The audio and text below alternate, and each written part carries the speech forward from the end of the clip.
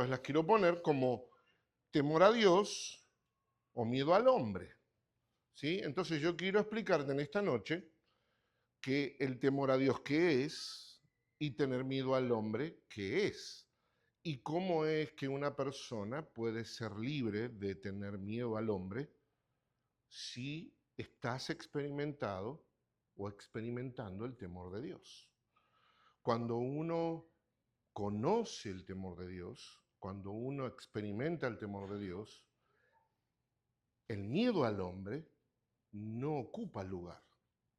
¿Sí? Somos seres humanos, vamos a tener miedo, es lógico, ¿sí? Lo vamos a pasar, lo vamos a experimentar, pero si somos experimentados en el temor de Dios, es lo que les quiero enseñar en esta noche, es necesario que yo acuda a Dios para que me libere del miedo.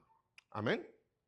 Entonces quiero que en esta noche, si tenés alguna manera de anotar, quiero que puedas anotar los versículos, yo los voy a poner ahí. Quiero que veas las experiencias que yo te voy a contar, como para que podamos salir en esta noche aprendidos, ¿sí? Que vos te puedas llevar una verdad y que la puedas ir meditando a lo largo de la semana.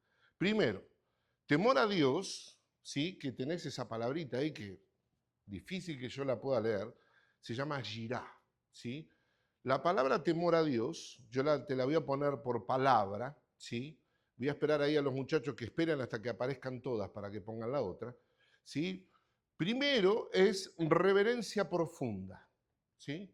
O sea, que yo a Dios le tengo una reverencia profunda. La idea de reverencia profunda es que yo necesito entender quién es Dios y quién soy yo. Si yo entendiese de lo que Él es capaz de hacerme a mí, la reverencia sería muy grande. La segunda palabra es respeto que lleva a la obediencia. O sea que si Dios me muestra algo que yo debo hacer, no le voy a decir a Dios, espérate un tiempo, déjame ver, ¿sí? Siempre me viene el ejemplo de Jonás. Jonás anda a Nínive y él se fue por otro lado y le trastornó todo. Temor a Dios. Respeto que lleva a la obediencia. La tercera palabra es reconocimiento absoluto a la autoridad. Si yo tengo una autoridad, no puedo recibir órdenes de otra. O mejor dicho, la autoridad máxima, yo sé lo que él controla, no me tiene que suceder nada si yo sé que hay alguien que está bajo la autoridad de Dios. Otro punto es honra absoluta ante su santidad. No sé si entendés lo que es la palabra para santidad, pero santidad es apartado para Dios. O sea que Dios quiere que nosotros seamos apartados para Dios y no quiere que nos apartemos del mundo. Estamos metidos en el mundo, pero no somos del mundo. Pero quiere que nos mantengamos santos, separados de este mundo, que no nos mezclemos, pero sí que nos mantengamos santos para Dios. Pero todo eso involucra la palabra temor de Dios. Lo otro es que produce caminar en fe. Cuando yo experimento el temor de Dios, camino en fe. No te digo que es fácil, porque sería mentirte, pero caminás sabiendo que Él tiene el control. Y lo último es amar ante su majestad, porque el amor de entender de que Él te puede destruir, borrar, eliminar por completo de este mundo. El poder que Él tiene, de lo que es capaz, y que yo a veces soy irreverente a Dios, porque no le tengo temor, no le reconozco de lo que Él es. Entonces yo quiero que todo esto que yo te estoy tratando de hacer entender, que es la palabra temor a Dios, la analices si realmente es parte de tu vida. De que cada día que abrís tus ojos, wow, Señor, me diste otro día de vida. Todavía sigo acá. ¿Qué es lo que querés que haga para tu gloria? Guíame, Señor. Quiero hacer tu voluntad. quiero mantenerme santo en este mundo. Y eso te lleva a que le puedas servir. El servicio, recordás que es la máxima expresión de la adoración. Podemos estar cantando, ¿sí? Pero la adoración es servirle a Dios. No hay mejor adoración que servirle.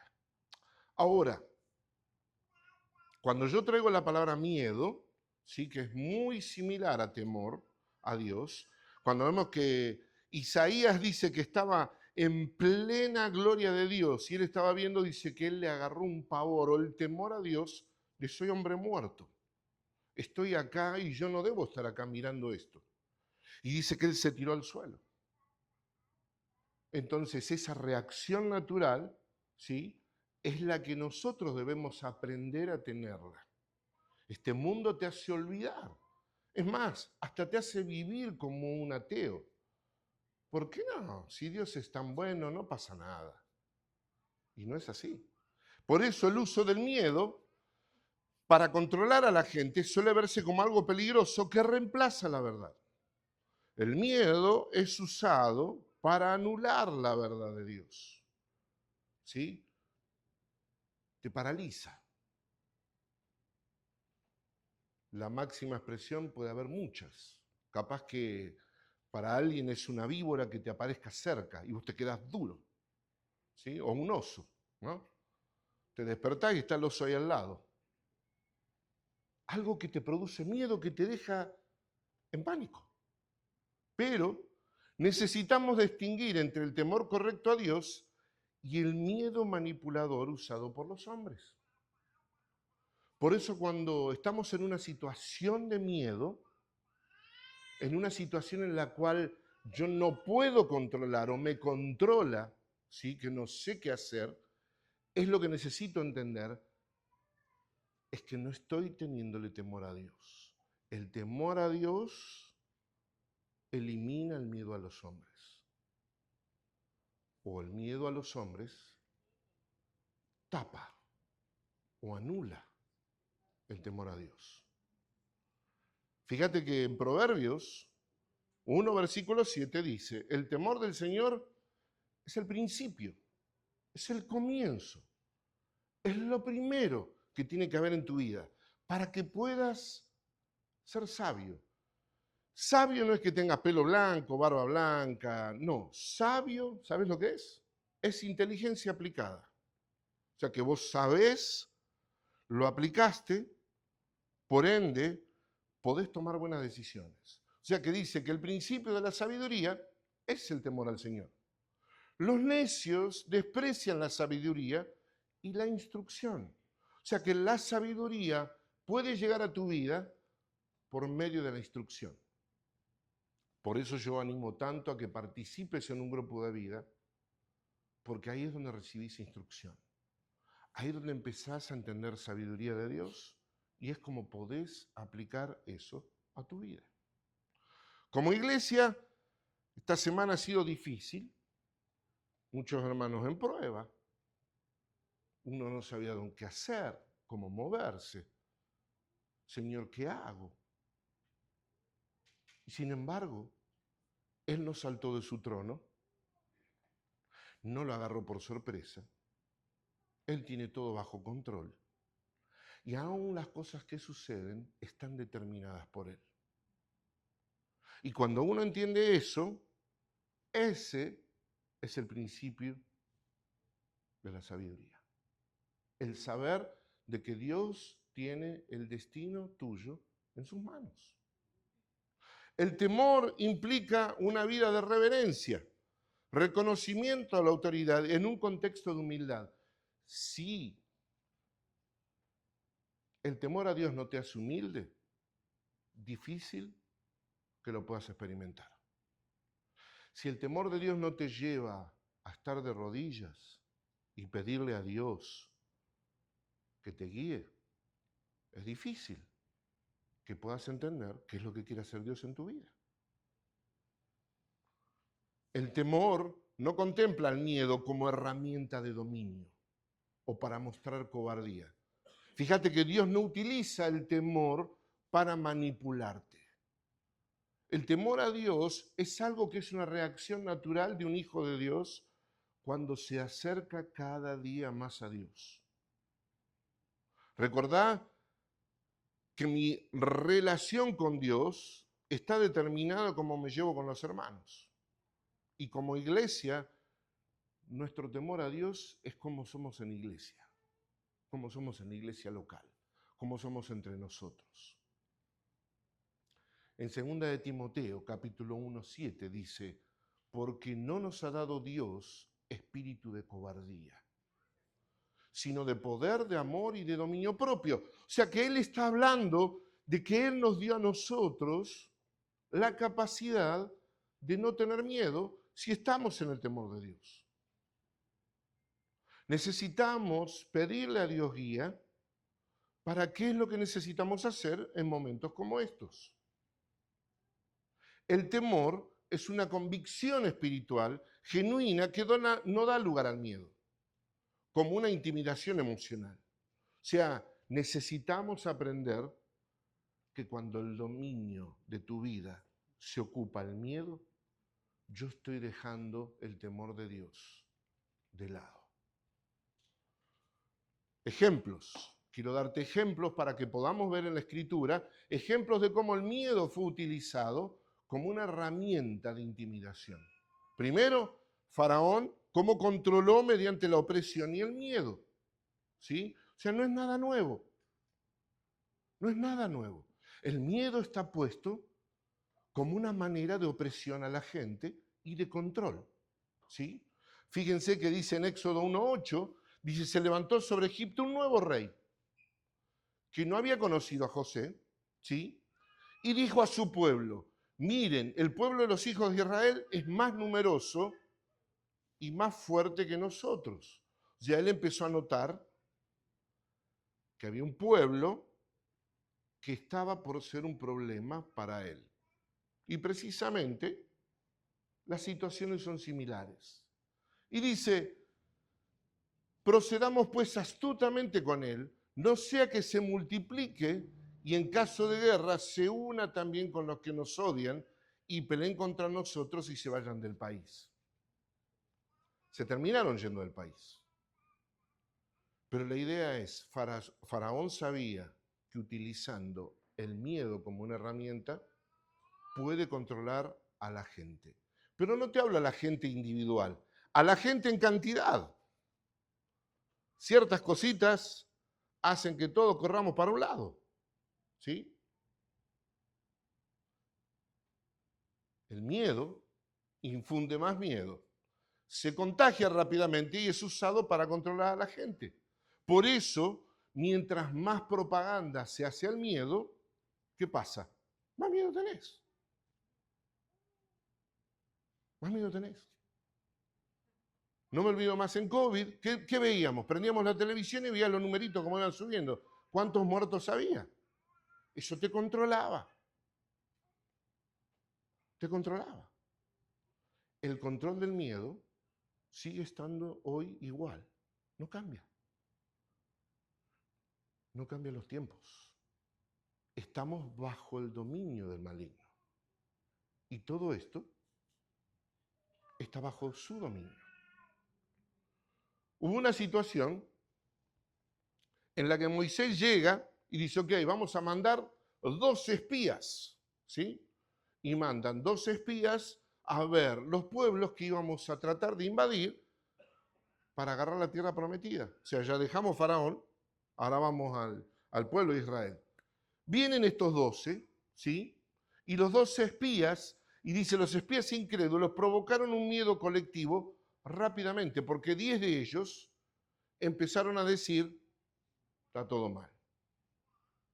O sea que cuando vos tenés personas 10 contra 2, y ahí fíjate que el principio de la mayoría tiene la razón, en la Biblia no existe. ¿Sí? El principio de que la democracia, o sea, en ese momento 10 estaban diciendo que no, contra lo que Dios les había dicho de que iba a ser de ellos. Y fíjate lo que dicen ellos. Dice en Números capítulo 13, si fuimos a la tierra donde nos enviaste, ¿sí? Ciertamente, mana, leche y miel, o sea, es verdad. O sea, hay una abundancia terrible. Y este es el fruto de ella. Solo que es fuerte el pueblo. Hay un problema. Yo con esa gente no nos vamos a pelear. O sea, son más grandes que nosotros. ¿Sí? Pueblo que habita en la tierra, las ciudades fortificadas y muy grandes. La tierra por la que hemos ido para reconocerla es una tierra que devora a sus habitantes y toda la gente que vimos en ella son como hombres de gran estatura. O sea, el judío, sí, era más o menos 5 pies y medio, o sea que estaban con gente de 6 pies y medio, 7. Y es más, y decían, vimos allí también a los gigantes, los hijos de Aná, que son parte de la raza de los gigantes, y a nosotros nos pareció que éramos como langostas. Y así parecíamos a sus ojos. O sea que ellos se miraban así, y ellos nos miraban así. ¿Qué dijeron? Ni loco. Moisés, vos estás loco. Nos trajiste acá,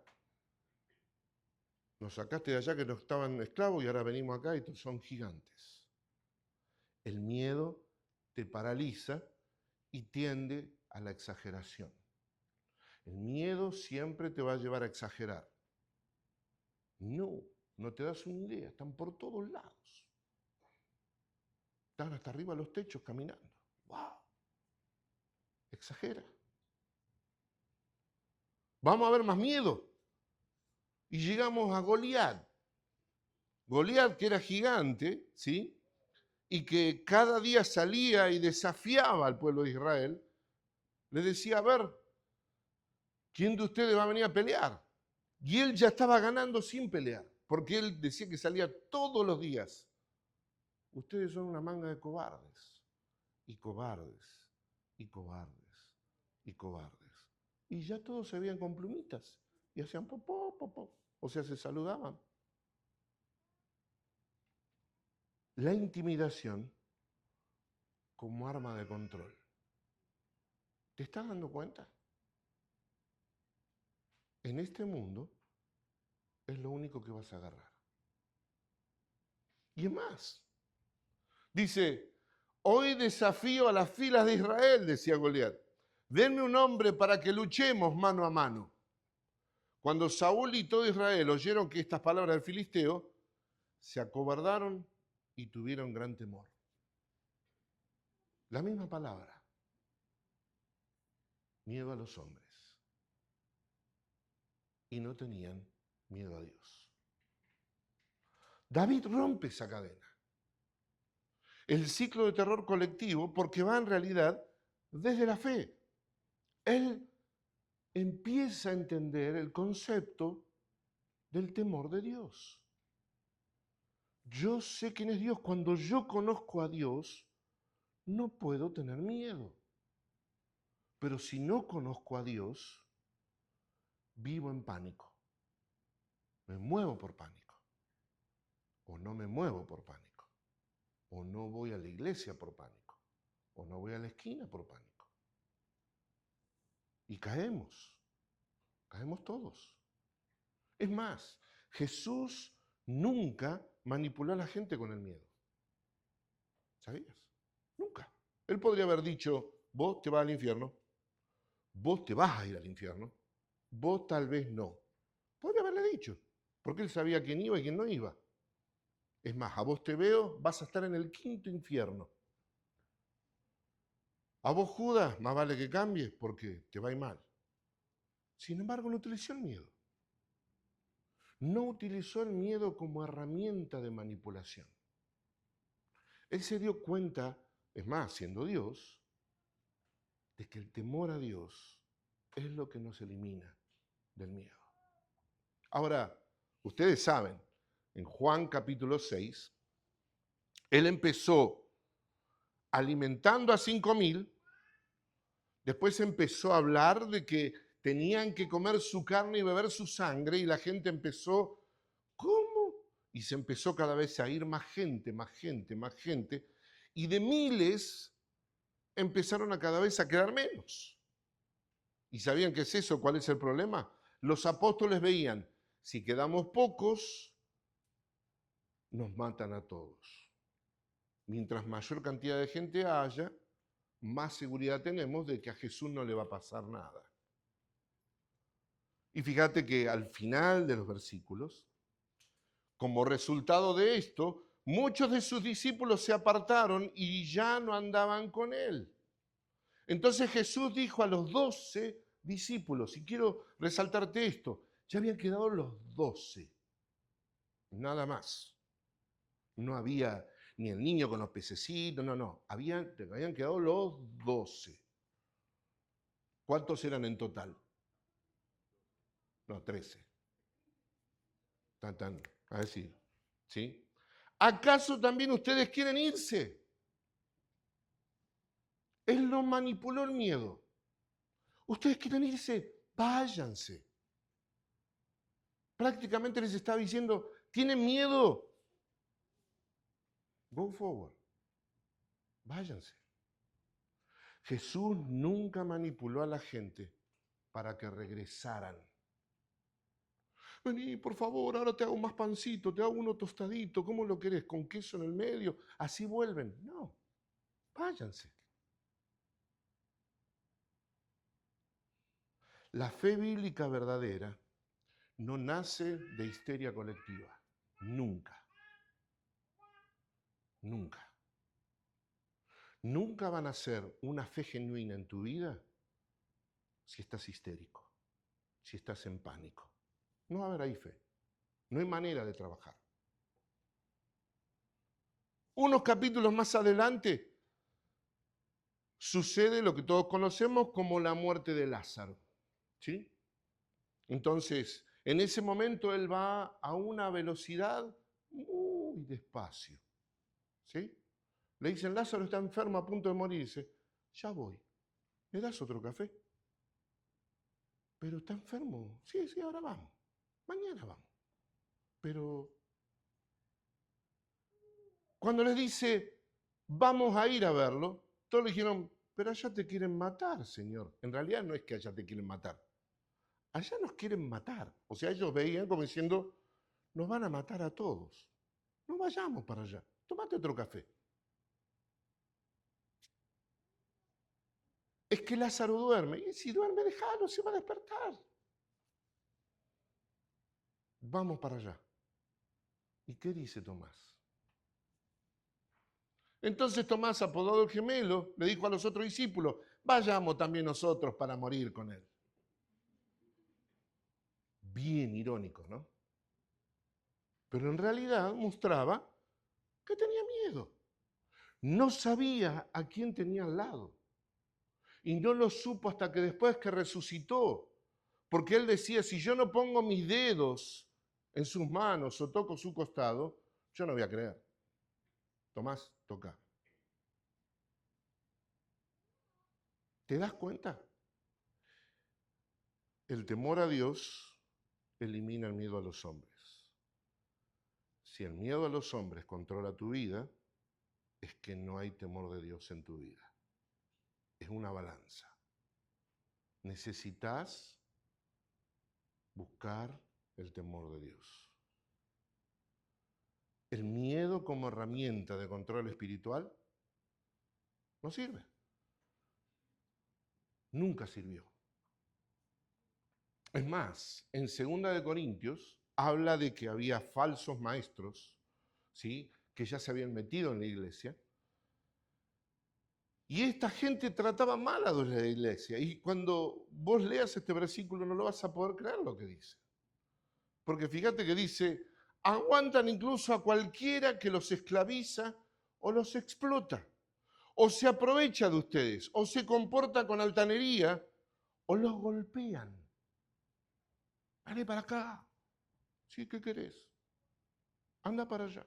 Sí, ahí voy. En la iglesia. Linda iglesia para ahí. El miedo como control. Cuando en Romanos 14:12 dice precisamente, así que cada uno de nosotros tendrá que dar cuentas de sí a Dios. de cómo somos en la iglesia local, de qué es lo que estamos haciendo para el Señor. Porque en definitiva, mi vida se va a medir si he sido salvo por lo que he producido. No hay otra. ¿Qué es lo que produzco? En la iglesia local. Si no, no habría libros como Colosenses, Filipenses, Tesalonicenses. Está hablando de iglesias locales. Está hablando de gente que trabaja en una iglesia local. En definitiva, en el temor de Dios nos protege del miedo de los hombres. Y mi pregunta en esta noche, porque todos somos presos del miedo, todos, sin excepción, es nuestra naturaleza humana. Pero tiene que haber un momento en el cual uno retrocede y dice, no, Dios está al control. Señor, ¿qué es lo que querés que haga? ¿Qué debo hacer?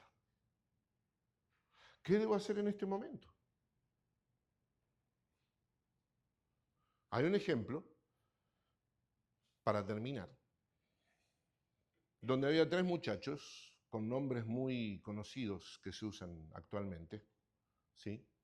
Estos 3 muchachos estaban teniendo un cargo importante, entonces, claro, como siempre cuando sucede que tenés un cargo importante y hay otro que dice a mí me gustaría tener ese cargo, ¿qué sucede? La envidia logra a ver cómo puedo hacer para que estos 3 muchachos dejen de tener ese cargo. Entonces el rey dice, ok, quiero poner una ley, pero estos vienen y le dicen, pone una ley, armate una estatua tuya y que todos adoren esa estatua. Esta gente sabía que estos 3 no iban a hacer caso de eso. De que te adoren esa estatua y que el que no adore, al horno de fuego. Y sucedió eso. Toda la gente se arrodillaba, menos estos 3 muchachos. Mesec, Sadrac y Abednego. Y le fueron a decir, rey, sabía que hay 3 de los que están allá, a esos no hay caso. Entonces los llama. Fíjate que dice, pero hay algunos judíos a quienes has puesto al frente de la provincia de Babilonia que no acatan sus órdenes. Su majestad, no adoran a los dioses de su majestad ni a la estatua de oro que mandó a erigir. Se trata de Sadrac, Mesach y Abednego. El rey se puso tranquilo, lleno de ira, Nabucodonosor los mandó llamar. Cuando los jóvenes se presentaron ante el rey, les dijo, ¿es verdad lo que me dicen? Sí, nosotros no nos vamos a arrodillar. Es más, cuando les dice el rey, lo hacen ahora delante mío, o de lo contrario, serán lanzados de inmediato a un horno en llamas. ¿Y qué Dios podrá librarlos de mis manos? ¿Era para que tuvieras miedo? Sí. Tal vez muchos de nosotros ya estaríamos, pero acostados, ¿sí? Tapaditos ahí, acariciando la estatuita para no ir al horno de fuego. Ahora no es un horno de fuego. Pero fíjate que en ese momento, estos 3 muchachos dijeron, no lo vamos a hacer. Es más, dice, Sadrac, Mesach y Abednego le respondieron, rey Nabucodonosor, no hace falta que nos defendamos ante usted. Dice, si se nos arroja al horno en llamas, el Dios al que servimos puede librarnos. Me encanta porque dicen puede. Esto significa que capaz que no nos libra. Y quedamos well done.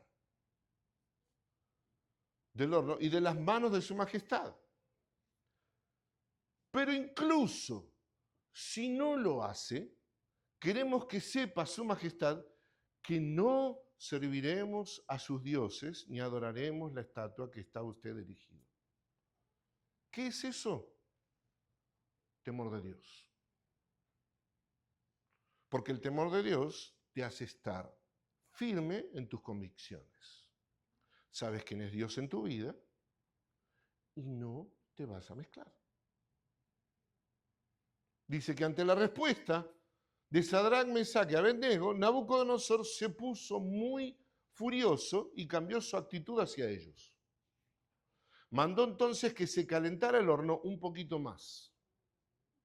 Máximo. 7 veces más de lo normal. Tanto es así que dice, tan premiante fue la orden del rey y tan caliente estaba el horno que las llamas alcanzaron y mataron a los soldados que los arrojaron. O sea, murieron los soldados que los arrojaron a ellos.